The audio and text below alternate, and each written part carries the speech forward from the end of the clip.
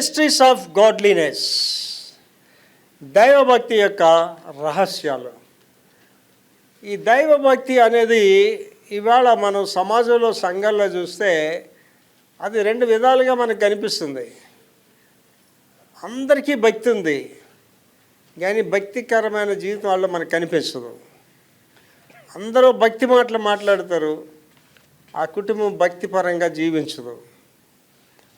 అంటే చాలామంది భక్తి నోటి వరకే తప్ప జీవితంలో లేదు. అసలు ఈ దైవభక్తి అనేది ఎలాగుండాలి, ఏమిటి అనే వివరణలే చూస్తాం. అందుకే దీనికి టైటిల్ కూడా ఏంటి ఇచ్చామంటే మిస్టరీస్ ఆఫ్ గాడ్లీనెస్, దైవభక్తి యొక్క రహస్యాలు. అసలు దైవభక్తి అంటే ఏమిటి, అది ఎలాగుంటుంది, ఎలా కలిగి ఉండాలి, మనం ఎలాగుంటే వాళ్ళు దైవభక్తులుగా గుర్తించబడతారు అనే విషయాలు స్పష్టంగా ధ్యానిస్తామండి. నెంబర్ 1, భక్తి శక్తి. 2 తిమోతి 3:5 చదువుతాయి.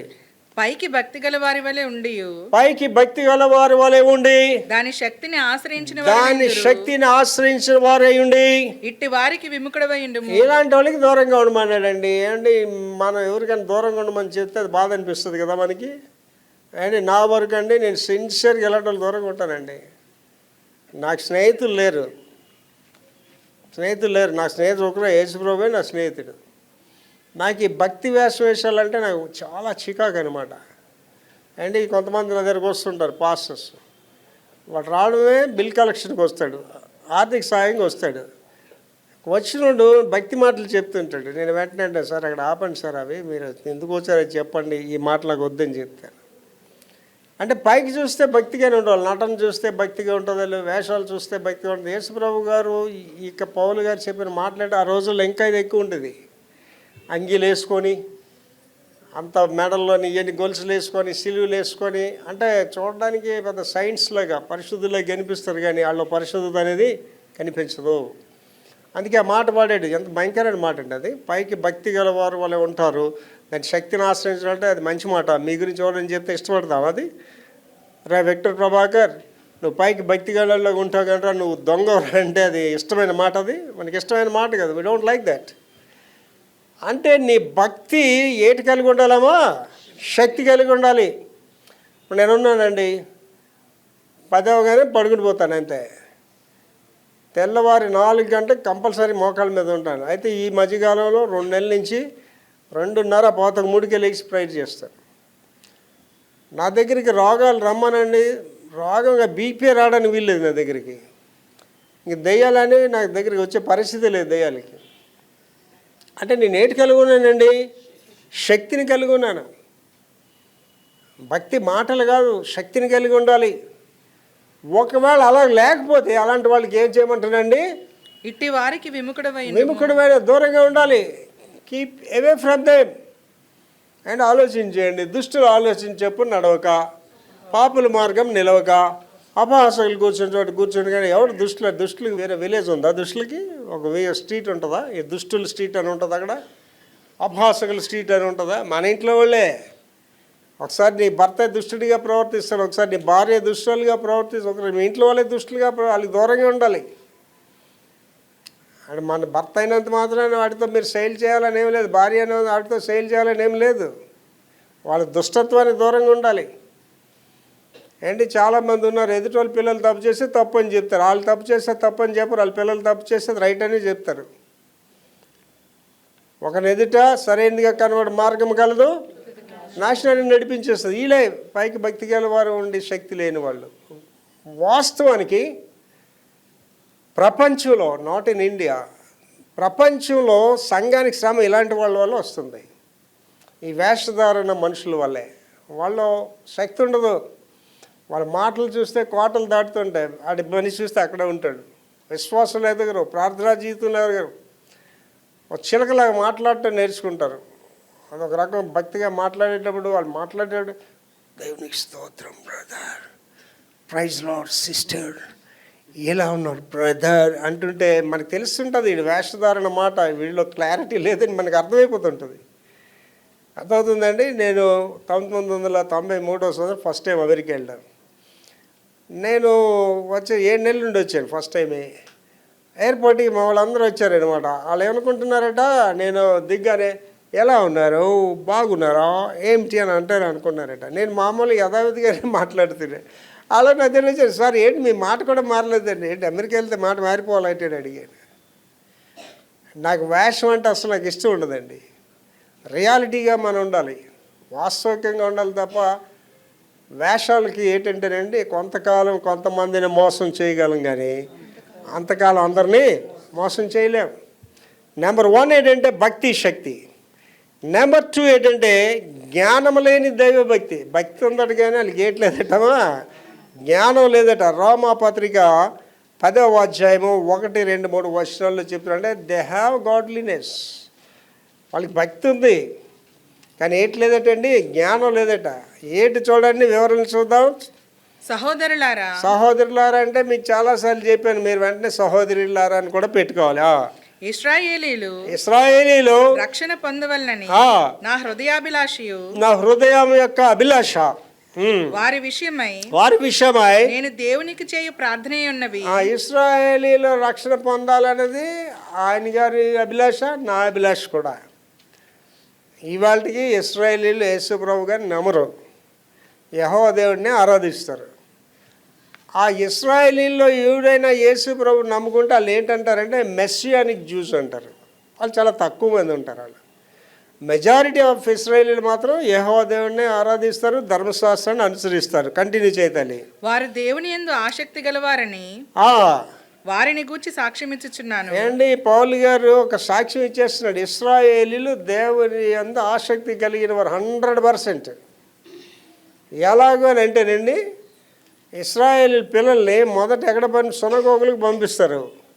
వాళ్ళు సునగోగులకి వెళ్ళి తోర అంటే మొదట 5 ఖండాలు కంటతో పెట్టేస్తారు. వాళ్ళ పాటలు, బైబిలు, ధర్మశాస్త్రాలు బుర్రలోకి ఎక్కించేస్తారు.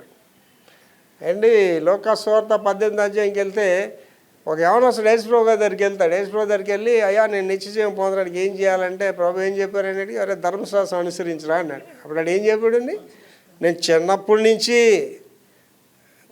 నుంచి నేను ధర్మశాస్త్రం. ఇశ్రాయేలీలకి భక్తి నరాలు ఉంటుందండి. ఇశ్రాయేలీలు 1 కోటి మంది కూడా కాదు, 90 లక్షల మంది అంతే. భారతదేశ జనాభా 145 కోట్లు. అంటే ఇది విచిత్రం ఉంటుంది నేను చెప్పిన మాట. ఇశ్రాయేల్ కానీ భారతదేశం యుద్ధం చేస్తే ఈ 145 కోట్ల మంది భారతీయులు ఇశ్రాయేల్ దగ్గర నిలబడలేరు. 24 గంటలు వాళ్ళు ఇండియన్ నాశనం చేసేయగలరు. అంత వారియర్స్, అంత తెలివైన వాళ్ళు, శక్తి కలిగిన వారు. ఇశ్రాయేలీకి దేవుడు ఇచ్చిన వరం ఏంటంటే ఆకుల శబ్దం వినిపించి మీరు శత్రువులు గెలుస్తారంటే. Israel more powerful people in the world. ఏమంటున్నాడమ్మా, ఇప్పుడు చదివిన మాట చదువు. వారు దేవుని యందు ఆసక్తి గలవారని వారిని గూర్చి సాక్ష్యం ఇచ్చుచున్నాను. 100% దేవుడు అంటే అలా ఆసక్తి అండి. ఇశ్రాయేలీలు ఎంత భక్తి కలిగిన వారు అంటేనండి, ఈ ప్రపంచంలో ఉన్న చెత్త అయితే ఇశ్రాయేల్ ఉండదండి. ప్రపంచంలో ఉన్న ఈ ఫోనోగ్రఫీస్ కానీ ఈ యొక్క లోక వ్యవహారాలు ఏవి ఉండవు ఇశ్రాయేల్లో. నిష్ఠ కలిగి జీవిస్తారు. ఆడపిల్లలైనా మగపిల్లలైనా వాళ్ళు అణువున కూడా భక్తి అనేది వాళ్ళకి ఉంటుంది. వాళ్ళు మాట్లాడితేనే అబ్రహాం, ఇసాక్, యాకోబులకి మాట్లాడతారు. వాళ్ళు మాట్లాడితేనే యెహోవా దేవుడి గురించి మాట్లాడతారు. వాళ్ళు మాట్లాడితేనే ధర్మశాస్త్రం గురించి చెప్తుంటారు. అంటే భక్తి అనేది వాళ్ళ నరాల్లో ఉంటుంది ఇశ్రాయేలీలకి. అందుకే చెప్తున్నాడు, మళ్ళీ అదే మాట చదువుతాలి. వారు దేవుని యందు ఆసక్తి గలవారని వారిని గూర్చి సాక్ష్యం ఇస్తున్నారు. అయినా అంటే చూడండి అన్నీ చెప్పి గానీ అంటాం. గానీలు ఎంత ఉంటుందమ్మా, గాంపడ ఉంటుంది. అసలు కాదు, అక్కడి నుంచి స్టార్ట్ అవుతుంది అనమాట. గానీ వారి ఆసక్తి జ్ఞానానుసారమైనది కాదు. ఇవాళ ఆలోచించేసుకోండి, నువ్వు నిజంగా భక్తురాలువే, భక్తుడు అయితే నీకు రోగాలు ఎందుకు ఉంటాయండి? నిజంగా నువ్వు భక్తుడు అయితే నీకు కష్టాలు ఎందుకు ఉంటాయండి? అంటే కష్టాలు ఉండవని కాదండి ఇక్కడ ఆలోచించి. క్రీస్తు చేసినందు సద్భక్తితో జీవింపని ఉద్దేశించి వాడికి శ్రమలు ఉంటాయి, అవి వేరు. కానీ నువ్వు రోగపీడితురాలు వేయండి, నువ్వు అప్పుల భారాలు ఉండి ఈ బాధలు ఉండమని దేవుడు నిన్ను సృజించలేదు.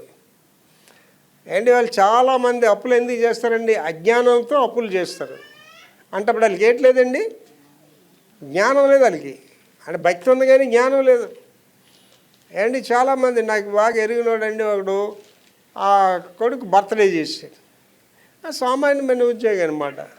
పాస్టర్ గారు నేనే చెప్పేవారు గుడిలో 10 మందిని పిలిచి ఆ భోజనాలు పెట్టి ఏదో ప్రేయర్ పెట్టుకోవాలంటే అబ్బాయి అలా కుదరదని అప్పు చేసి ఆ లావిడ మెడలో ఉన్న 100 తులం బంగారం కూడా అమ్మేసి ఇంకా అప్పులు చేసి ఆఖరికి అప్పులు తీర్చలే చచ్చిపోయాడు. అంటే ఈ యొక్క జ్ఞానం లేని ఆ యొక్క కార్యం వాడు ఎక్కడ తీసుకెళ్ళి మరణానికే తీసుకెళ్ళిపోయింది వాడిని. అండ్ ఇంగ్లీష్లో చక్కని మాట ఉంటుంది ఏంటంటే cut the coat according to the cloth ఏంటంటే నీ బట్ట ఎంత ఉందో దాన్ని బట్టి కత్తిరించుకో. తెలుగులో ఏమున్నదండి, పిండి ఎంత ఉందో రొట్టె అంతే చేసుకో. అంటే నా వరకు అండి నేను ఎక్స్ట్రాలకు దేనికి వెళ్ళండి, నాకు ఎంత ఉందో దాంట్లోనే హ్యాపీగా జీవిస్తుంటాను. ఇవాళ నేను చేయాలంటే ఎక్స్ట్రాలు చేయగలను, చాలా చేయగలను, కానీ చేయను నేను ఏది కూడా. వాటి ఏదైనా కావాలనుకుంటే దేవుడు ఇస్తేనే మనకు వస్తుంది. దేవుడు ఇవ్వకుండా నువ్వెన్న బాధపడినది రాదు. దేవుడు నీకు అనుగ్రహించుకుంటా లోకం అంతా నీకు అది ఇవ్వాలని ఇవ్వలేరు. అలాగే దేవుడు నాకు ఇచ్చినప్పుడు నీకు లోకం అంతా ఏకమైన ఆపలేరు అది. సో దేవుడు ఇస్తాడనేది మన కాన్సెప్ట్. ప్రభు కూడా చెప్పారు కదా, పరలోకమందు నీ చిత్తం నెరవేరులాగిన భూమి మీద నెరవేరాలి. నీ ఇష్టానుసారంగా ఏం జరగవండి. నువ్వు వాళ్ళు బాగున్నా అంటే దేవుడు నేను కనికరించాడు అంతే తప్ప, లేకపోతే నీ జీవితాలు బాగోవు. కనుక ఏమన్నాడండి, వాళ్ళు భక్తి జ్ఞానానుసారమైంది కాదు కాదు ఏలయనగా ఎందుకంటే వారు దేవుని నీతి నెరుగక తమ స్వనీతిని స్థాపింపబూనుకొనుచు దేవుని నీతికి లోబడలేదు. ఇదండి ఇక్కడ మళ్ళీ చదవండి అదే మాట. ఏలయనగా వారు దేవుని నీతి నెరుగక దేవుని నీతి వాళ్ళకి పని లేదండి. చాలా మంది చూడండి, ప్రభు ఏం చెప్పారు అది చేయండి. వాళ్ళే స్వనీతి పనులు, వాళ్ళ ఇష్టానుసారంగా మాట్లాడతారు, వాళ్ళ ఇష్టం వచ్చినట్టుగా ప్రవర్తిస్తుంటారు. స్వనీతిని స్థాపించడానికి వాళ్ళు ఆలోచించేశారు కాబట్టి దేవుని నీతికి లోబడలేదు. దేవుని నీతికి లోబడాలి. మన దేవుని నీతికి లోబడాలి తప్ప మన ఇష్టం కాదండి. అంటే ఇప్పుడు నేను ఉన్నానండి, నా వరకు అయితే ఆయన హైలీ క్వాలిఫైడ్ పాస్టర్ని. 21 సంవత్సరాలు చదువుకున్నాను సుదీర్ఘంగా. ఇంగ్లీష్లో అనర్గళంగా బోధ చేయగలను, బైబిల్ బోధ అనర్గళంగా చేయగలను, పుస్తకాలు రాసిన 18 పుస్తకాలు. కానీ ఏనాడు నా సొంత ఇష్టాన్ని చేయడానికి ప్రయత్నాలు చేయనండి. ఏనాడు నా స్వనీతిని స్థాపించడానికి ప్రయత్నాలు చేయను. ఎప్పుడు దేవుడు నాడు, దేవా నీ చిత్తమైతే చేయండి, నీ చిత్తమైతే ఇవ్వండి, మీ చిత్తమైతేనే తప్ప లేకపోతే వద్దు. తర్వాత అంటున్నాడండి, చెడిపోయిన దైవభక్తి. భక్తి ఉందట కానీ చెడిపోయిందట. ఏటి పాస్ గారి చెడిపోవడం ఎలాగుంటుందండి? 1 తిమోతి 6:5 చెప్తున్నాడు. 1 తిమోతి చాప్టర్ 6:5. చెడిపోయిన మనస్సు కలిగి సత్యహీనులై సత్యము లేని వారై దైవభక్తి లాభసాధమనుకొను. భక్తిని ఏమనుకుంటున్నారటండి? లాభసాధకం అనుకుంటున్నారా? మనుషుల వ్యర్థ వివాదములు కలుగుతున్నవి. ఇక్కడ చాలా జాగ్రత్తగా ఆలోచించేయాలండి. ఇది మీకు ఎక్కడున్న వాళ్ళకి మాత్రమే కాదు కానీ ప్రపంచానికి బాధ. మళ్ళీ చదువు తల్లి. చెడిపోయిన మనస్సు కలిగి అంటే ఫస్ట్ థింగ్ ఏంటంటే మనసు చెడిపోయింది. మనిషిని నడిపించేది మనస్సు. మనిషిని నడిపించేది మనసు అండి. చుక్కాన్ లాంటిది అనమాట, రోడర్ లాంటిది. ఎంత పెద్ద మనిషిని ఆ మనసే నడిపిస్తుంది. వాళ్ళు అక్కడికి వెళ్ళు, ఇక్కడికి వెళ్ళు, సారా కొట్టుకెళ్ళు, ఈ పని చెయ్యు, ఈ మనసే నడిపిస్తుంది. అందుకే పేతురు గారు సుదీర్ఘమైన ప్రసంగం చేస్తూ వాళ్ళు పెద్దకోస దినాన్ని ఏమన్నాడండి, మీ మనస్సు మారి నూతన మగుట వలన మీరు బాప్తిసం పొందండి అంటాడు. మనస్సు మారాలి అంటే నీ ఆలోచన విధానం మారాలి. ఏంటి వాళ్ళు చాలామంది ఏంటంటేనండి, వాళ్ళు ఏది యాడ్ చేస్తే అదే రైట్ అనుకుంటారు. కాదండి, రైట్ కాదండి. జీవితం గురించి చెప్పాను మొన్న. జీవితం ఏంటంటే నిర్వచనం ఏంటి, నువ్వు అనుకున్నట్టుగా జరగకపోవడమే జీవితం. నువ్వేదో అనుకుంటే అది భక్తి అనుకోవడం రైట్ కాదు. నేను అనుకున్నదే కరెక్ట్ అనుకోవడం కూడా రైట్ కాదు. You should very careful. మళ్ళీ చదువుతాను అదే మాట. చెడిపోయిన మనస్సు కలిగి సత్యహీనులై. చెడిపోవడమే కాదు, సత్యహీనులు అంటే సత్యం అంటే ఎవరంటే యేసు ప్రభు, లేకపోతే ట్రూత్ అనుకుందాం. యేసు గారు చెప్పారు కదా, నేనే మార్గమును సత్యమును జీవము. అంటే ట్రూత్ అయినా కాబట్టి సత్యహీనులు అంటే అర్థం యేసు ప్రభుని కలిగి లేకపోవడం. మొదట ఏంటన్నాడండి, మనసు చెడిపోయింది. తర్వాత సత్యహీనులు అయ్యండి దైవభక్తి లాభసాధనం అనుకుని. ఇదండి ఇక్కడ మెయిన్ ప్రాబ్లం ఇదండి. దైవభక్తి లాభసాధకం అనుకుంటున్నారండి. ఇవాళ నేను షిప్ యార్డ్లో అరౌండ్ దగ్గర ₹1,00,000 జీతాన్ని వదులుకొని నేను సేవకు వచ్చానండి. ఇప్పుడు శామ్యూల్ బాబు సేవకు వచ్చాడంటే ఆయన శామ్యూల్ బాబు ఇప్పుడు 7 డిగ్రీలు శామ్యూల్ బాబు ఎక్కడికి వెళ్ళినా, నేను ఎక్కడికి వెళ్ళినా లక్షల జీతాలు సంపాదించుకోగలను. మీ సేవకి ఎందుకు వచ్చాం? డబ్బులు సంపాదించడం రాలేదు మేము. సేవ చెయ్యాలనే దృక్పథంతో వచ్చాం. కానీ వీళ్ళు ఏంటంటే అండి, దైవభక్తి లాభ సాధనం అనుకును. కారణం ఏంటి తెలుసండి? ఇవాళ ఎక్కువ పాస్టర్స్ ఏంటంటే పనికిమాలిన పాస్టర్స్ ఎక్కువ. వాడు ఒక చిన్న చిన్న పనులు చేసుకుంటారు. తాపి మేస్త్రి పని చేస్తాడు, కార్పెంటర్ పని చేస్తాడు, ఏదో మేస్త్రులు పని చేస్తారు. వాళ్ళకి ఏంటంటే ఆ రోజంతా పని చేస్తే అడిగి 900 1500 వస్తుందండి. ఏందండి, గుడి నడిపిస్తే ఎలాగుందండి? వాళ్ళకి చక్కగా గడిచిపోతుంది, మర్యాదతో కూడుకున్న కానుకలు. వాళ్ళకి ఎలాగుంటుందంటేనండి, ఎవరు బాబు నేను నెలంతా పని చేసినా ఇంత డబ్బులు వచ్చాయి కదా, ఇదే బాగున్నది. ఇవాళ ఎక్కువ మంది గుడులు పెట్టడానికి కారణాలు అవే. గుడి పెట్టగానే ఏముంటుందండి, ముందు వాళ్ళ ఇంట్లో వాళ్ళందరూ వాడికి సపోర్ట్ చేసేస్తారు. వాడికి చాలు ఆ నెల గడిచిపోవడానికి వాళ్ళ కానుకలు చాలు. వాడికి ఇంకా 4-5 కానుకలు ఇస్తే ఆ గుడి అలాగే హ్యాపీగా రన్ అయిపోతుంటుంది. అండ్ మీరు గమనించండి, ఎక్కువ మంది పాస్టర్లు చదువు సంచులు లేని వాళ్ళు ఎక్కువ. వాడికి చదువు ఉండదు, పిలుపు ఉండదు, వాడికి ఒక కుటుంబం ఉంటుంది, లేదా క్యాస్ట్ చర్చిలు కొన్ని ఉంటాయి. వాడికి ఏంటంటే నేను లెక్కేసుకుంటాడు అనమాట, నేను నెలంతా పనిచేసి ఇంత డబ్బులు వచ్చాయి కాదు, ఇక్కడ చక్కగా వస్తుంది. నా మాటలు కాదు కదా, చదవా మాట, అదే మాట చదువు. దైవభక్తి లాభ సాధనం అనుకును. అంతే కదండి. ఇప్పుడు హైదరాబాద్ మెగా చర్చ్ పాస్టర్ ఉన్నాడండి, వాడు ట్రంక్ పెట్టి పట్టుకొని వెళ్ళాడండి, తినడానికి తిండి లేని పాస్టర్ వాడు, చదువు లేదు వాడికి. ఇవాళ వాడి పరిస్థితి ఎలాగుందండి, కోట్లు వాడికి వస్తున్నాయి, ప్రజలు వెళ్తారు, కోటాను కోట్లు ఇస్తున్నాడు. వాడికి ఏంటంటే మాన్స్టర్స్. వాడికి ఆయన చూస్తాడు, పాస్టరా లేకపోతే ఏదో డిఫెన్స్ మినిస్టరా లేకపోతే రాజకీయ నాయకుడా అని అనిపించినట్టుగా కనిపిస్తున్నాడు, పాస్టర్లా కనిపించట్లేదు. వాడికి ఏంటుందండి, దైవభక్తి లాభసాధకంగా ఉంది వాడికి. వాడు బోధ కూడా ఏం చేస్తాడంటే, ఒక సహోదరి 5 లక్షలు ఇచ్చింది, దేవుడు వాడికి 50 లక్షలు ఇచ్చాడు.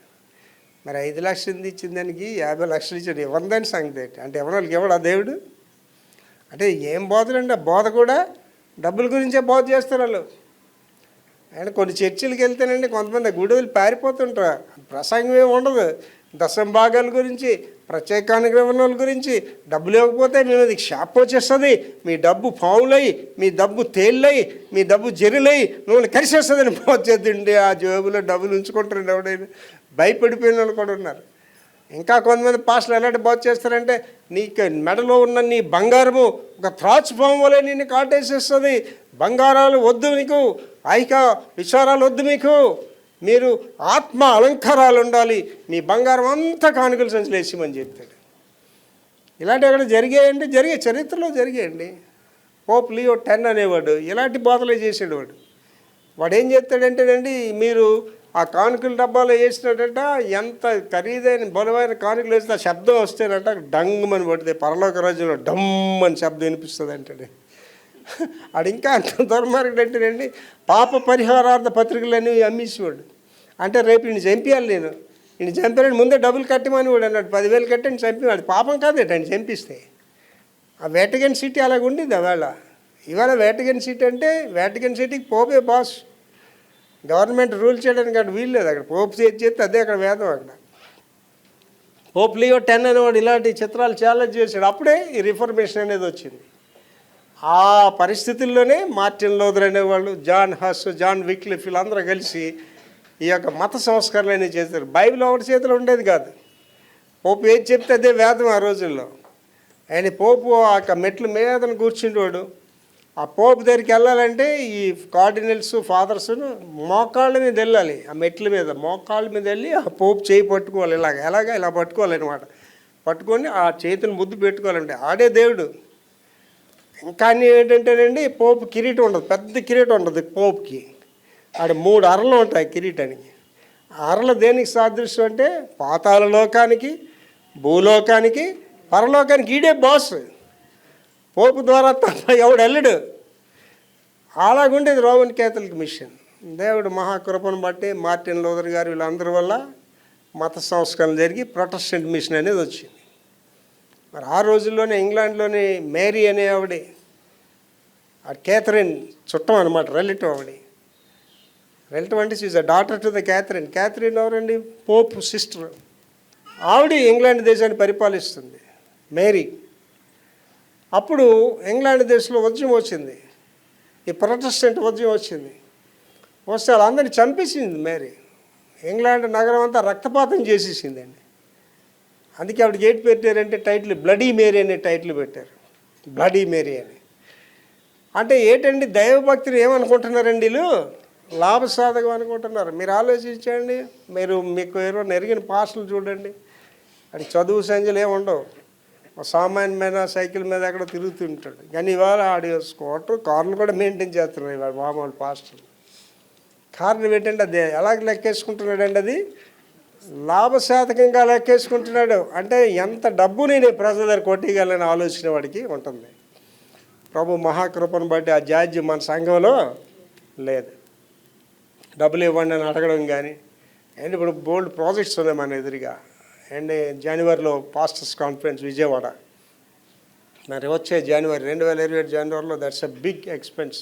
20 లక్షలు అవుతుంది దానికి, ఢిల్లీ కాన్ఫరెన్స్కి అయితే. దేవుడు ఇస్తాడండి. ఏంటి 40 లక్షల మందిని ఆ యొక్క చెరలోంచి పిలిచిన దేవుడు వాళ్ళు పోషించడా? 40 సంవత్సరాలు పోషించడా? ఎవరి పని అండి? ఆయన పని అది. ఎర్ర సముద్రం అడ్డుగా వచ్చింది, ఆయన ఎర్ర సముద్రం బాయిలు ఎందుకు చేసాడు? That's his responsibility. అంటే దేవుడు విక్టర్ ప్రభాకర్ నువ్వు వెళ్ళరా ఢిల్లీ అంటే, ఢిల్లీకి వెళ్ళవచ్చు సాయం నాకు చెయ్యాలి వద్దా? ఏంటి ఇవాళ మీరు చూడండి, టీవీ ప్రోగ్రామ్స్ చెప్పడం చూడండి, క్రిస్టియన్ ప్రోగ్రామ్స్ తప్పించి ఏ టీవీ ప్రోగ్రామ్స్ చూడండి ఎవడు డబ్బులు అడగడు. హిందూ ప్రోగ్రామ్ చూడండి, లేకపోతే ముస్లిం ప్రోగ్రామ్ ఎవడు డబ్బులు అడగడు.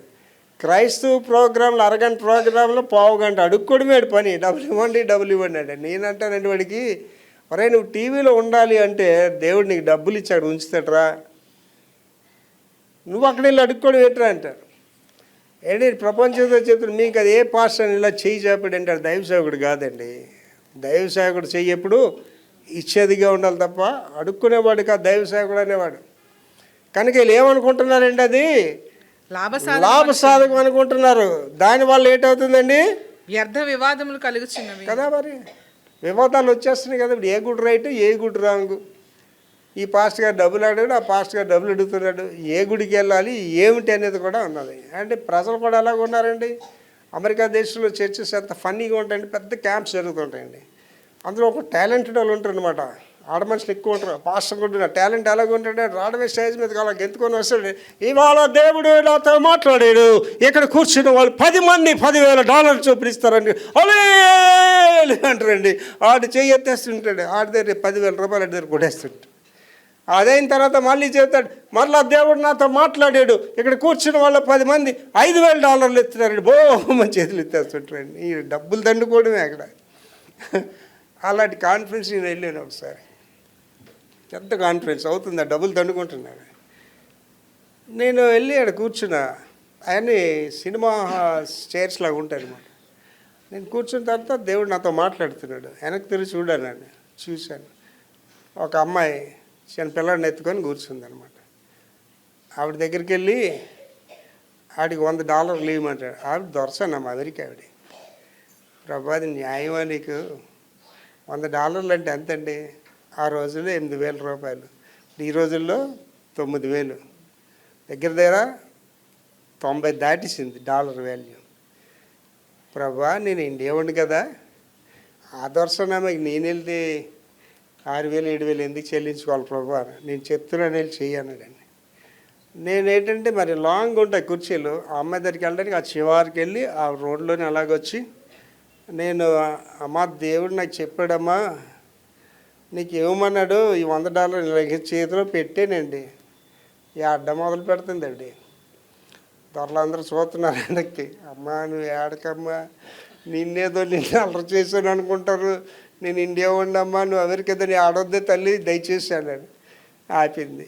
ఎందుకు ఏడుస్తున్నావమ్మా అని అడిగాను. పాస్టర్ నా పిల్లోడికి పాలు డబ్బా కొనాలి, డబ్బులు లేవు నా దగ్గర, నాకు కరెక్ట్గా $100 కావాలి. దేవుడు నాకు చెప్తున్నాడు ఆ కాన్ఫరెన్స్కి వెళ్ళు, నీకు ఆడ $100 ఇస్తానని. నేను దేవుడితో చెప్తున్నాను, ప్రభా అక్కడ డబ్బులు దండుకుంటారు తప్ప అక్కడ ఎవరు ప్రభా, ఆ డబ్బులు దండుకున్న మీటింగ్ అది అని చెప్పాను. నువ్వు వెళ్ళని చెప్పాడు, వచ్చాను, అందుకే నాకు ఏడుపు వచ్చింది అన్నాడు. ఏంటి వీళ్ళు ఏమనుకుంటున్నారండి? దైవభక్తి లాభసాధన అనుకోకుండా దానివల్ల ఏంటొస్తున్నాయండి? వివాదాలు కలిగిపోతున్నాయి. ఏమండి మీకు తెలియదండి పాస్టర్స్ గురించి? ఇప్పుడు ఆంధ్రప్రదేశ్ కానీ తెలంగాణ రాష్ట్రాల్లో ఈ డబ్బులు ఉన్న పాస్టర్స్ అందరూ ఒక సిండికేట్గా తయారైపోయారు. పాటలు కూడా సిండికేట్, అందరితో పాడించారు ఆ పాటలు. వాళ్ళందరూ సిండికేట్గా తయారు, ఇంకోటి రానివ్వరు అక్కడికి. అదేంటంటే ఆ జాడ్యం క్రైస్తవ సంఘాలకు రావడం బాధాకరం. సినిమా ఫీల్డ్స్లో ఉంటాయి. సినిమా ఫీల్డ్స్ అంటే నా కుటుంబాలు పరిపాలిస్తారు ఆ సినిమా ఫీల్డ్, ఇంకోటి రానివ్వరు అక్కడికి. క్రైస్తవ సంస్థలు కూడా ఇవాళ అలా తయారయ్యాయి. అలాగంటే సిండికేట్గా తయారయ్యి ఈ డబ్బులు ఉన్న వాళ్ళందరూ ఒక ముఠాగా ఉంటారనమాట. మామూలు పాస్న ఏరియాలకి రానివ్వరు. దానివల్ల ఏమొస్తున్నాయటమా, వ్యర్థ వివాదాలు. అంటే ఏంటి అవతలకి అర్థం కావట్లేదు. ఇది వీళ్ళు చెప్పింది రైటా, వాళ్ళు చెప్తుంది రైటా, ఏది రైటు అనే ఒక క్వశ్చన్ ప్రజల్లోని వచ్చేస్తుంది. ద్రవ్యం ఇచ్చి దేవుని వరం అంటే ఈ భక్తిలోనంటే డబ్బులు ఇచ్చి భక్తిని కొనిసుకుందాం అనే ఆలోచన ఒకటి వచ్చిందండి. అపోస్తుల కార్యాలు 8:17 నుంచి 21 వరకు. అపోస్తుల కార్యాలు 8:17 నుంచి 21. అప్పుడు పేతురును యోహానును వారి మీద చేతులుంచగా, పేతురు యోహాన్లు ఆ ప్రజల మీద చేతులు ఉంచగానే వారు పరిశుద్ధాత్మను పొందిరి. వాళ్ళకి పరిశుద్ధాత్మ వచ్చేసిందండి. అపోస్తలు చేతులుంచుట వలన, ఈ అపోస్తలు చేతులు ఉంచడం వల్ల పరిశుద్ధాత్మ అనుగ్రహించబడినని, పరిశుద్ధాత్మ వచ్చిందని సీమోను చూచి, ఆ సీమోన్ అనేవాడు గారడి వాడు సీమోన్ అనే దృశ్యాన్ని చూసి వారి ఎదుట ద్రవ్యము పెట్టి వాళ్ళ దగ్గరికి వెళ్ళి డబ్బులు మూట పెట్టి, నేను ఎవరి మీద చేతులుంచుదునో, అరే బాబు నేను ఎవడ మీద చేతులు పెడతానో వాడు పరిశుద్ధాత్మను పొందినట్లు, వాడు పరిశుద్ధాత్మ పొందినట్లు ఈ అధికారం నాకు ఈడని ఈ అడిగాను. అధికారం నాకు ఇచ్చి, అంటే దేవుని యొక్క ఆత్మ వరాల్ని డబ్బులు పెట్టి కొనుక్కోవాలని ప్రయత్నాలు చేస్తున్నాడండి. ఇలాంటి వాళ్ళు కూడా ఉన్నారు ప్రపంచంలో. ఇటువంటి సేవకులు కూడా ఉన్నారండి. తర్వాత అందుకు పేతురు నీవు ద్రవ్యమిచ్చి దేవుని వరం సంపాదించుకుందునని తలంచుకొనినందున, ఒరే నువ్వు డబ్బులు ఇచ్చి దేవుని వరాలు కొనుక్కోవాలనుకుంటున్నావు కాబట్టి నీ వెండి నీతో కూడా నశించును గాక. నీ హృదయము దేవుని ఎదుట సరైనది కాదు గనుక అక్కడ నీ వెండి నీతో నశించును గాక. అంటే ఇవాళ చెప్తున్నానండి, నాకు ఈ మెగా చర్చలు కానీ డబ్బులు సంపాదించాలనుకున్న పాపర్లందరికీ చెప్తున్నారే, నువ్వు ఎప్పుడు చచ్చిపోతావు నీకు తెలియదురా. డబ్బును ఖర్చు పెట్టండి, పేద సేవకులకు సహాయం చేయండి, సువార్త ప్రకటించండి, యూజ్ ద మనీ. ఇవాళ ఏం చేస్తున్నారు, దాన్ని వందల ఎకరాలు కొనేసుకుంటున్నారు. వాడు ఏంటంటేనండి ఊర్లో కూడా ఈ స్క్రీన్ చర్చిలు పెట్టేసి ఆ ఊర్లో కూడా కలెక్షన్. అంటే చిన్న చర్చిలకు నడ్డానికి వీల్లేదు. అటువంటి దుస్థితి ఇవాళ ఏర్పడ్డదండి. దానికి ఏమంటున్నాడండి, నీ వెండి నీతో నశిస్తుంది. బైబిల్లో రాయబడిన మాట అంటే ధనవంతుడు తన ధనమును చూసి ఆనందించడం తప్ప ధనం వల్లకి ఏంటి కలుగుతుందండి. సో వరల్డ్ ఫైనాన్షియల్ స్టాటిస్టిక్స్ తీసి మొన్న నాకు రిపోర్ట్ ఇచ్చారండి. ఇండియా పరిస్థితి చెప్తే ఎంత భ్రష్టతలు ఉందంటే, ఇండియా 145 కోట్ల జనాభా దగ్గర ఉన్న డబ్బు 5 పేర్లు చెప్పాడండి. ఎంత డబ్బు ఉందటండి, 145 కోట్ల మంది దగ్గర ఉన్న డబ్బు 3 రెట్లు ఎక్కువ ఉందట ఈ 5 దగ్గర. అంటే ఇప్పుడు ఆర్థిక సమానత ఉందంటారా భారతదేశంలో? అంటే ఏం చేస్తున్నదంటే గవర్నమెంట్ వాళ్ళ మనుషులకి డబ్బుని ఇచ్చేస్తున్నారు. ప్రభుత్వ రంగ సంస్థలను అమ్మేసి ఈ డబ్బు అంతా తీసుకెళ్తారు, వాళ్ళు పెట్టేసుకుంటున్నారండి. ఏం చేస్తాడండి అది చేస్తే డబ్బు పట్టుకెళ్తాడా? ఏం చేస్తాడంటే ఆయన కూడా ఆశ్మశానంలోనే కాలుస్తారు లేదా కప్పెడతారు. ఎవడు పట్టుకెళ్ళండి. అందుకే బైబిల్లో చాలా స్పష్టంగా రాయబడేది, ధనవంతుడు తన ధనమును చూసి అతిశించడం తప్ప ధనం వల్ల అడిగే రాదంటాడు. సామెతలు 23లో ఇంకా స్పష్టంగా రాస్తాడు, ధనాశ నీకు కలిగిన తోడనే దాన్ని విడిచిపెట్టేయి అంటాడు. ఎందుకంటే అది రెక్కలు కట్టుకొని ఎగిరిపోతాడు, మరి ఎప్పుడు నీ దగ్గర రాదట. ధనవంతులకి ఇంకా ఏం చెప్పాడండి ప్రభు, ధనవంతులారా మీకు శ్రమ అన్నాడు. అంటే మన పేదలు అని బాధపడిపోతాం. మనకేం చెప్పాడండి పేదలకి, పేదలైన మీరు ధనియులు సంతోషించండి రా పేదలైన మీరు అని చెప్పాడండి. కనుక ఏం చేస్తాడు, నీ వెండి నీతో నశిస్తుంది. తర్వాత నీ హృదయము దేవుని ఎదుట సరి అయినది కాదు కనుక ఈ కార్యమందు నీకు పాలు పంపులు లేవు. ఏంటి ఇవాళ ఆలోచించండి. అంటే నేను చెప్పిన మాటలు మీకు వెటకరంగా ఉండొచ్చు. నేను ప్రపంచంతో చదివరే మెగా చర్చ్ పాస్ట్ ఓ దెయ్యాలు పట్టిన దెయ్యాలు ఎల్లగొట్టరాను పోయి నీ శక్తి అక్కడ ఏంటో తెలుస్తుంది. ఏంటి ఎవడైనా పాస్ట్ ఎక్కువ మాట్లాడుతున్నాడు అనుకోండి, ఆడికి బాగా సింకి దెయ్యాలు చీడ దెయ్యాలు ఉంటాయి కదా, శానా పట్టినోడు ఉంటారు కదా, ఆయన తీసుకెళ్ళి ప్రార్థన చేయమనండి. అప్పుడు ఆ పాస్టర్ కథ మీకు తెలుస్తుంది. వాళ్ళలో భక్తి ఉందో లేదో మీకు అర్థమైపోద్ది అంతే. ఏంటి ఇలాగెళ్ళి ప్రార్థన చేస్తారండి దెయ్యాలకి. దెయ్యాలు ఏం చేసేటండి, వాళ్ళు కొట్టి అంటు తగిలేట, వాళ్ళు బట్టలు కూడా వదిలేసి పారిపోయారట. ఏమన్నా దెయ్యాలు అక్కడ మాకు యేసు ప్రభు తెలుసు, పౌలు తెలుసు, వీళ్ళందరూ తెలుసు, మీరెవరు అన్నాయట. ఏంటి దొండపర్తిలో ఒక ఆయన ఉండేవాడు మనకి, అంటే మన చర్చికి వ్యతిరేకంగా పనిచేసేవాడు అనమాట. ఓ దెయ్యం పట్టినాటికి వెళ్ళిపోయాడట. వెళ్ళిపోయి తెగించి ప్రార్థన చేయడానికి వెళ్ళాడట. ఈయన ఇలా వెళ్ళగానే ఆ దెయ్యం పట్టినోళ్ళ కొట్టిందటండి. వెంటనే బ్యాగ్ పట్టుకొని వెనక్కి తిరిగి మరి ఎన్నడూ దొండపర్తిలో ప్రవేశించలేదట.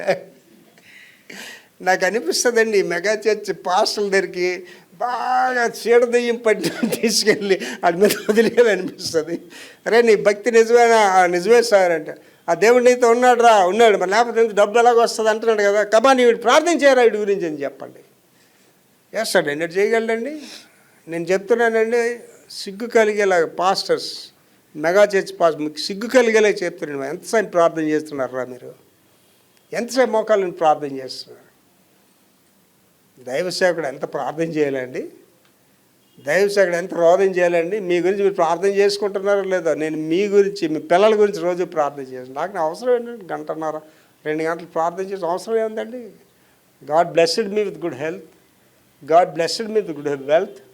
ఆరోగ్యం ఇచ్చాడు, ఐశ్వర్యం అన్నీ ఇచ్చాడు నాకు. నేను చక్కగా పడుకోగలను. మిగిలిన పాస్టర్లాగా నేను పడుకొని ప్రార్థన చేస్తున్నామని చెప్పగలను. కన్నీటి ప్రార్థన చేస్తున్నానండి. I cry for you. మీ గురించి ఏడ్స్ ప్రార్థన చేస్తానండి. మీరు బాగుండాలన్నది నా ఆశ, మీరు ఔన్నత్యంలో ఉండాలన్నది నా ఆశ. ఎంతవరకు ప్రార్థన చేస్తున్నాండి ఇవాళ కాపర్లు. అండ్ యేసుప్రభు గారు లాస్ట్ చేసిన బాధ ఏంటండి? గెత్సెమనే వనంలో మీరు శోధనలో పడకుండానట్లు మెలకువగా ఉండి ప్రార్థన చేయండి. అని ప్రార్థన లేకపోవడం ఏంటి వస్తుందట? శోధన వస్తుంది. ప్రార్థన లేదండి, ఇవాళ టైం లేదండి. మెగా చర్చ్ పాస్టర్లకి, పెద్ద పెద్ద సంఘాల పాస్టర్లకి ప్రార్థన చేయడానికి టైం లేదు. వాడికి బోధ కూడా ఎలాగండి, ఏదో ఒక రెఫరెన్స్ తీసుకొని చెప్పుకెళ్ళిపోతుంటాడు అంతే బోధ. కనుక ఏమన్నాడండి? నీ హృదయం దేవుని ఎదుట సరైనది కాదు కాబట్టి ఈ కార్యాల్లో నీకు పాలు పంపులు లేవు. తర్వాత అండి ప్రయోజనకరమైన దైవభక్తి, ప్రయోజనకరమైన 1 తిమోతి 4:8. శరీర సంబంధమైన సాధకము, శరీర సంబంధమైన సాధకము కొంచెము మట్టుకే ప్రయోజనకరమగును గాని, కొంచెం మట్టుకే ప్రయోజనకరమవుతుంది. దైవభక్తి, దైవభక్తి ఇప్పటి జీవం విషయంలో, ఇప్పటి జీవ విషయంలో, రాబో జీవ విషయంలో వాగ్దానంతో కూడినైనందున అది అన్ని విషయముల్లోనూ ప్రయోజనకరమైన. భక్తిగా ఉన్నవాడు చెడిపోలేదండి. యేసు ప్రభు నమ్మినవాడు చెడిపోలేదు. ఏంటి ఇవాళ నేను షిప్ యార్డ్లో ఉండుంటే ₹1,00,000 1,10,000 జీతం రిటైర్ అయిపోయారు. అందరూ రిటైర్ అయిపోయారు. ఇవాళ నాతో పని చేసిన వాళ్ళండి టికెట్ ఆటో సర్వీసులు వెళ్తున్నారు. నాతో పని చేసిన వాళ్ళు సరే ఇల్లులు కూడా లేని వాళ్ళు ఉన్నారు. నేను దేవుడిని నమ్ముకొని వచ్చి యథార్థంగా పని చేయాలి. దేవుడు నన్ను ఎక్కడ పెట్టాడు? ఔన్నత్యంలోనే పెట్టాడు. అంటే ఈ లోకంలో మనం ఆశీర్వదింపడతాం, దేవుని రాజ్యంలో కూడా ఆశీర్వదింపడతాం. అది రియాలిటీ. దేవునిలోని ఉండి ఏంటి దేవుని నమ్మినోడు ఒకడు చెడిపోడండి. దేవుని నమ్మినట్టుగా నటించినోడు మాత్రం పరమ చెడిపోతాడు. ఒట్టిగా చెడిపోడు, పరమ చెడిపోతాడు. తర్వాత అంటున్నాడండి అబ్రహాము విశ్వాసము, అంటే అబ్రహాము దైవభక్తి అంటున్నాడండి. యాకోబు పత్రిక 2వ అధ్యాయం 23-24. అబ్రహాము దేవుని నమ్మెను, అబ్రహాము దేవుని నమ్మెడు, అది అతనికి నీతిగా ఎంచబడెను అను లేఖనము నెరవేర్చబడెను. మరియు దేవుని స్నేహితుడని అతనికి పేరు కలిగెను. మనుష్యుడు విశ్వాస మూలమున మాత్రము కాక క్రియల మూలమునను నీతిమంతుడని ఎంచబడినని మీరు దీని వలన గ్రహిస్తారు. అంటే నీకు విశ్వాసం ఉన్నదని చెప్తే కాదు, క్రియలు ఉండాలి. దేవుని సన్నిధికి రావాలంటే క్రియ ఉండాలి. దేవుడికి ఇవ్వాలంటే క్రియ ఉండాలి. దేవుడి పని చేయాలంటే క్రియ ఉండాలి. సువార్త ప్రకటించాలంటే క్రియ ఉండాలి. కానీ ఒకడు ఏమంటున్నాడంటే నాకు విశ్వాసం ఉంది, నీ క్రియలను 2 మిక్స్ చేసి మన జరిగే పని కాదు అది. అబ్రహాము క్రియల వలన విశ్వాసిగా గుర్తించబడ్డాడు. అబ్రహాము క్రియల మూలముగా నీతిమంతుడిగా ఎంచబడ్డాడు. తర్వాత అంటున్నాడండి దైవభక్తి ద్వారా దేవునితో సమాధానము. దైవభక్తి ద్వారా దేవునితో సమాధానము అంటే దేవుడితో సమాధానంగా ఉండడానికి భక్తి నీకు ఒక సాధనంగా ఉంటుంది. రోమాపత్రిక 5వ అధ్యాయం 1-2 వచనాలు. రోమాపత్రిక 5:1-2. కాబట్టి విశ్వాస మూలమున మనము నీతిమంతులుగా తీర్చబడి, విశ్వాసం ద్వారా నువ్వు నీతిమంతులుగా తీర్చబడుతున్నప్పుడు నీ క్రియలను బట్టి కాదు, మన ప్రభువైన యేసుక్రీస్తు ద్వారా దేవునితో సమాధానం కలిగి ఉందము. మరియు ఆయన ద్వారా మనము విశ్వాసం వల్ల ఈ కృపయందు ప్రవేశం గలవారమై అందులో నిలిచి ఉండి దేవుని మహిమను గూర్చిన నిరీక్షణ బట్టి అత్యుద్దాం. కనుక మనం ఏంటంటేనండి, దైవ భక్తి ద్వారా మన దేవుడి దగ్గరికి వెళ్తాం, క్రియల ద్వారా దేవుడికి ఇష్టలుగా జీవిస్తాం. లాస్ట్ మాట చదువుతల్లి, అందులో నిలిచి ఉండి దేవుని మహిమను గూర్చిన నిరీక్షణ బట్టి అతిశయపడదాము. నెంబర్ 8, వినడం ద్వారా దైవ భక్తి. By listening receive the godliness. యోబు 36:11. వారు ఆలకించి ఆయనను సేవించిన ఎడల తమ దినములను క్షేమముగాను తమ సంవత్సరాలు సుఖముగాను వెళ్ళబుచ్చెదరు. మళ్ళీ చదువుతలే, వారు ఆలకించి అంటే ఆలకించాలి, ఆయనను సేవించిన ఎడల సేవించాలి. యేసు ప్రభు గారు దీన్ని ఎలా చెప్పాడు? నా గొర్రెలు నా స్వరము వింటాయి కనుక అవి నన్ను వెంబడిస్తాయి. తమ దినములను క్షేమముగాను వాళ్ళ దినాలు క్షేమముగా తమ సంవత్సరములను సుఖముగాను వెళ్ళబుచ్చేద్దరు. దానివల్ల లేట్ అవుతుందట. రెండో భాగం చదువుతలి, తమ దినములను క్షేమముగాను తమ సంవత్సరములను సుఖముగాను వెళ్ళబుచ్చేద్దరు. దానికి యేసు ప్రభు గారు ఏం చెప్పారండి? ద్రాక్ష వల్లిని నేను, తీగలు మీరు. ఎవడు నా యందు నిలిచిండునో, నేను ఎవరి యందు నిలిచి ఉంటానో వాడు బాగా ఫలిస్తాడు. నువ్వు ఫలించడానికి సీక్రెట్ అదంతే. నువ్వు వాళ్ళు ఫలించారు, నేను ఫలించడం ఆలోచించే పని లేదు. నా యేసు ప్రభువే నీ యేసు ప్రభు, నన్ను పోషిస్తున్న యేసు ప్రభువే నిన్ను పోషిస్తున్న యేసు ప్రభు. దేవుడికి ముద్దు పెట్టలేరు, అది తెలుసుకోండి. He loves everybody the same. ఆయన ఆశీర్వాదాలు తీసుకునే ఆ భక్తి సామాజిక ఉండాలి తప్ప is ready to bless anybody. ఎవరినైనా ఆశీర్వదించడానికి దేవుడు సిద్ధంగా ఉన్నాడు. లాస్ట్కి వెళ్ళిపోతున్నాండి. ఆఖరిగా దైవభక్తి ద్వారా నిత్య జీవపు ఈవులు. దైవభక్తి ద్వారా నిత్య జీవపు ఈవులు. మార్కు సువార్త 10:30. మార్కు 10:30 చదువు. ఇప్పుడు ఇహమందు హింసలతో పాటు నూరంతలుగా ఏంటి యెహోవాలో మనకి ఏమన్నాయండి? హింసలు, బాధలు. అండ్ ఆలోచించండి, క్రైస్తవులు ఎంత శ్రమ పడుతున్నారండి. కొట్టబడుతున్నారు, సంఘాలు పగలగొట్టబడుతున్నాయి, విశ్వాసులు చంపబడుతున్నారు, క్రైస్తవ స్త్రీలని రేప్ చేసేస్తున్నారు, చంపేస్తున్నారు. సంఘానికి శ్రమ. ఏమంటున్నాడండి?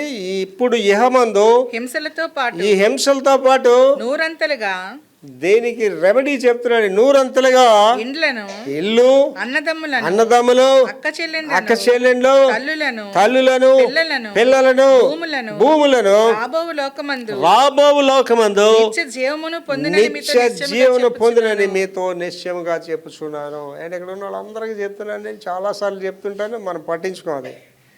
నువ్వు నీ భర్త అనేది నిజం కాదు తల్లి, నువ్వు దేవుడు అనేది నిజం, భార్య దేవుడు అనేది నిజం, భర్త దేవుడు అనేది నిజం, పిల్లలు దేవుడు అనేది నిజం. ఇదంతా ఏంటంటే లోకమే చెప్తుంది కదా, అనుబంధం, ఆత్మీయత అంతా ఒక బూటకం అంటున్నాడు, మోసం అంటున్నాడు. ఆయన యోబు గారికి శోధింపబడ్డారు. దేవుడు చెప్పలేదు యోబుకి. దేవుని రాజ్యంకి వెళ్ళాక తెలిసింది యోబుకి తప్ప యోబుకి తెలియదు. ఎందుకు ఆ శ్రమ అనుభవించడం ఆయనకి తెలియదు. దేవుడు కూడా చెప్పట్లేదు ఆయనకి. మరి దేవుడు వచ్చి మాట్లాడినాడు, చెప్పాలి కదా. సాతాను ఎలాగ వచ్చాడు, అడిగాడు, నేను శోధించడానికి అలౌ చేయమన్నాడు, నేనే అలౌ చేశాను యోబని చెప్పాలి కదా. చెప్పలేదు దేవుడు. ఆ పరలోక రాజు వెళ్ళికే దేవుడు నువ్వు ఎందుకు శ్రమ పడుతున్నావు నీకు తెలియదు. ఏంటి మనం ఉన్నాం అండి, we have very good members, మంచి సభ్యులు ఉన్నారు, విశ్వాసులు ఉన్నారు మన దగ్గర. మనకు లోటు ఏంటండి? చర్చ్ బిల్డింగ్ కావాలి. అది ఎందుకు ఆలస్యంతో మీకు తెలియదు, నాకు తెలియదు. అది ఎప్పుడు ఒక రోజున దేవుడు బయలుపరుస్తాడు. అంటే దానియేలు ప్రార్థన మొదలుపెట్టాడు, ప్రార్థన చేస్తున్నాడు. ఆ సమాధానం రావట్లేదు, ఆన్సర్ రావట్లేదు ఆయనకి. చాలా దినాలు అయిన తర్వాత గాబ్రియల్తో వెళ్ళి చెప్పింది, అరే బాబు దానియేలు గారు, మీరు ప్రార్థన మొదలు పెట్టగానే దేవుడు నన్ను పంపించాడు, కానీ నేను వచ్చేటప్పుడు పార్షిక రాజు నన్ను అడ్డగించాడు, అందువల్ల మీకు ఆలస్యమైన. అంటే దేవుని సన్నిధిలో గమనించుకుంటూ కూర్చున్న వాళ్ళు మైక్తో ఉండేవాళ్ళు. దేవుని సన్నిధిలో ఆలస్యం ఉంటుంది కానీ అలక్ష్యం ఉండదు. God will never leave you Nar forsake you. దేవుడు నిన్ను విడవడు ఎడబాయడు. తల్లి తన బిడ్డను మరిచిన కానీ నేను విడువను ఎడబాయను అంటాడు. ఇక్కడ ఉన్న యవనస్తులు అందరూ మనసులో పెట్టుకోండి. మీ ఇంట్లో వాళ్ళు మీకు కొంతగా చేయగలరు, అంతా చేయలేరు. మీ ఇంట్లో వాళ్ళు నీ కోరిక కొంతగా తీర్చగలరు, అంతా తీర్చు. కానీ దేవుడు నీ కోరికను నువ్వు ఆశించిన దానికంటే ఊహించిన దానికి అత్యధికంగా దేవుడు నీకు ఇస్తాడు. You have to believe in the God. దేవుని నమ్మాలి. నమ్మాలా వద్దండి? దేవుని యొద్దకు వచ్చువారు ఆయన ఉన్నాడనియు తన్ను అడుగు వారికి ఫలం ఇచ్చేవాళ్ళని నమ్మవలను కదా. Hebrew 11:6. You should believe in the God. అబ్రహాంకి ఎందుకు టైటిల్ వచ్చేసిందండి? అబ్రహాంకి నిరీక్షణకి ఆధారం లేదు, అక్కడ ఇది జరుగుతుందని ఆధారం లేదు. But God did it. దేవుడు చేశాడు. అది ఆయన అందుకే ఆయన ఏమంటాడంటే అబ్రహాం దేవుడిని నమ్మిను, అది అతనికి నీతిగా ఎంచబడి. నేను కూడా అదే నమ్ముతానండి. విక్టర్ ప్రభాకర్ దేవుడిని నమ్మిను, అది అతనికి నీతిగా ఎంచబడను. అలాగే ఇక్కడ మీ పేరు పెట్టుకోండి. మీరు దేవుడిని నమ్మావు, నువ్వు అది నీకు నీతిగా ఎంచబడ్డది. దేవుడికి అసాధ్యమైనది ఏముందండి? అంటే దేవుడు ఎంత గొప్ప మాట చెప్తున్నాడంటే తన స్వకీయ కుమారుణ్ణి మీ కొరకు బలిగా ఇచ్చిన దేవుడు నీకేమి ఇవ్వకుంటుంటాడు? వీఆర్ నాట్ బెగ్గర్స్ అండి. నా హోల్ లైఫ్లో అండి 73 సంవత్సరాల్లో నేను ఎవ్వడికి వెళ్ళి నేను చేయి సహాయం అడగలేదు. ఇవాళ నాకు ఫ్రెండ్స్ అందరూ కోటీశ్వరులు అండి, నా అమెరికన్ ఫ్రెండ్స్. ఇవాళకి నాకు మెయిల్ పెడుతుంటారు, రాస్తుంటారు, మాట్లాడుతుంటారు. ఏం సహాయం కావాలంటే ఏమొద్దు ప్రార్థన చేయండి అని చెప్తాను. నేను ఎవరిని అడగలేదండి. మా నాన్నగారు వి లవ్ అవర్ ఫాదర్. మా నాన్నగారు అంటే నాకు చాలా ప్రేమ. షిప్యార్డ్ సీనియర్ ఇంజనీర్ ఆయన. మా నాన్నగారు ఆఖరిగా ఇంటర్మీడియట్ ఫీజు కట్టాడు, అదే లాస్ట్. ఆయన ఫీజు కట్టాడు, నేను ఫెయిల్ అయిపోయాను. తీసుకెళ్ళని షిప్యార్డ్లో పడేసాడు. నా డబ్బులతో నేను కష్టపడి ఫీజులు కట్టుకొని చదువుకున్న విద్య అంతా నేను ఓన్గా కష్టపడి ఫీజులు కట్టుకొని చదివానండి. నేను కొనుక్కున్న స్కూటర్ నా డబ్బుతోటి, నేను కొనుక్కున్న కారు నా డబ్బుతోటి, నేను కొనుక్కున్న నా ఇల్లు కూడా నా డబ్బుతోటి. మా తండ్రిది కాదు. మా తండ్రి రాసేగా మేము పంచుకోలేదు కూడా. దేవుడు నీకు ఏదండి ఇవ్వకుంటుంటాడండి. God will give anything for you. ఏదైనా నీ గురించి చేస్తాడు, కానీ నువ్వు ఆయన గురించి జీవించాలి. ఆయన ఇచ్చిన ఆశీర్వాదాన్ని గురించి నువ్వు ఖర్చు పెట్టాలి. తలాంతుల గురించి చెప్పాడు కదండి. ఒక తలాంతులు ఎన్ని చేశాడండి? 10 తలాంతులు చేశాడు. దేవుడు నీకు ఇచ్చిన తలాంతులు ఏంటి వాడుతున్నాడు? బాగా పాడగలిగినారు, గుడికి వచ్చి పాటలు పాడుతున్నారా? అండ్ గుడిలో పని చేస్తున్నారా? దేవుడిని కొన్ని తలాంతులు ఇచ్చాడు, వాడుతున్నావా నువ్వు? అంటే కొంతమంది మాట్లాడే టాలెంట్ ఉంటుంది. ఎంతమంది నువ్వు చేస్తున్నావు? రోజుకి ఒకరికైనా యేసు వారు చేస్తున్నావా? దేవుడు ఇచ్చిన ఆశీర్వాదం ఇతరులకు పంచుతున్నావా? అండ్ ఇవాళ క్రిస్మస్ వచ్చిందండి. నీకు అవసరం లేని చీరలు ఉన్నాయి, అవి శుభ్రంగా ఉతికి ఇస్త్రీ చేసి పేదవాళ్ళకి ఇవ్వచ్చు కదా. God will bless you. అంటే మా ఇంట్లో వాడని బట్టలన్నీ మూట కట్టేసి నా కోడలు, నా కొడుకు, ఆ షూస్ అందరూ పేదవాళ్ళకి ఇచ్చేస్తారండి. ఇవ్వండి, మీరు ఎంత ఇవ్వగలరో ఇవ్వండి, ఎంతవరకు సాయం చేయగలరో చేయండి. నీకు ఇచ్చిన తలాంతుని నువ్వేం చేయాలండి? వినియోగించాలి. ఒకటి ఏం చేసాడండి? చక్కగా భూమి తవ్వి ఆ తలాంతి కప్పెట్టి మళ్ళీ ఏమంటున్నాడండి? నువ్వు విత్తన చోట కోయవాడును, పండని చోట ఆశిస్తావు, నువ్వు చాలా చెడ్డవాడిను అంటే అప్పుడు చాలా కరెక్ట్ చెప్పారా అని అన్నాడా?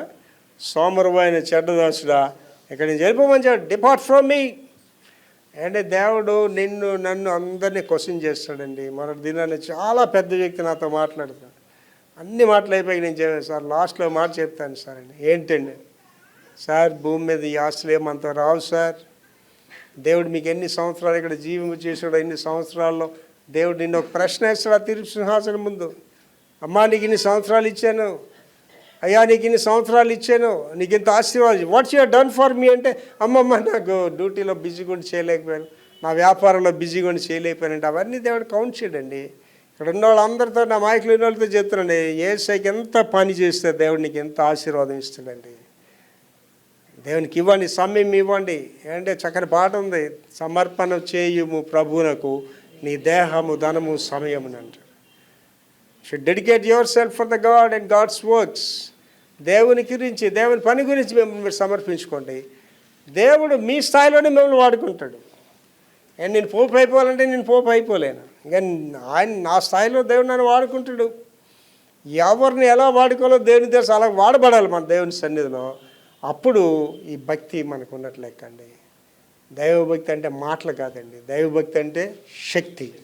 దైవభక్తి అంటే మాటలు కాదండి, దైవభక్తి అంటే క్రియ. కనుక మన కుటుంబాలు, మన వ్యక్తిగత జీవితాలు అలాగ ఉండాలని నా ఆశ. అటు కృప దేవుడు మనకు అనుగ్రహించును గాక. ప్రార్థన చేసుకుందాం.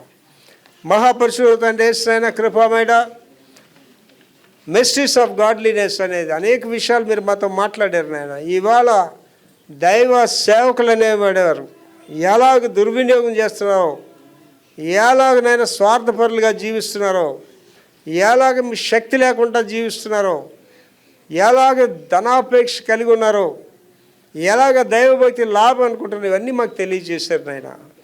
నా మట్టుకు నేను, మా మట్టుకు మేము తండ్రి, మమ్మల్ని మేము సరి చేసుకొని యథార్థమైన భక్తి కలిగి జీవించు కృప నాకును మాకందరికి దయచేయమని యేసు పరిశుద్ధ నామములో వేడుకుంటున్నాం తండ్రి.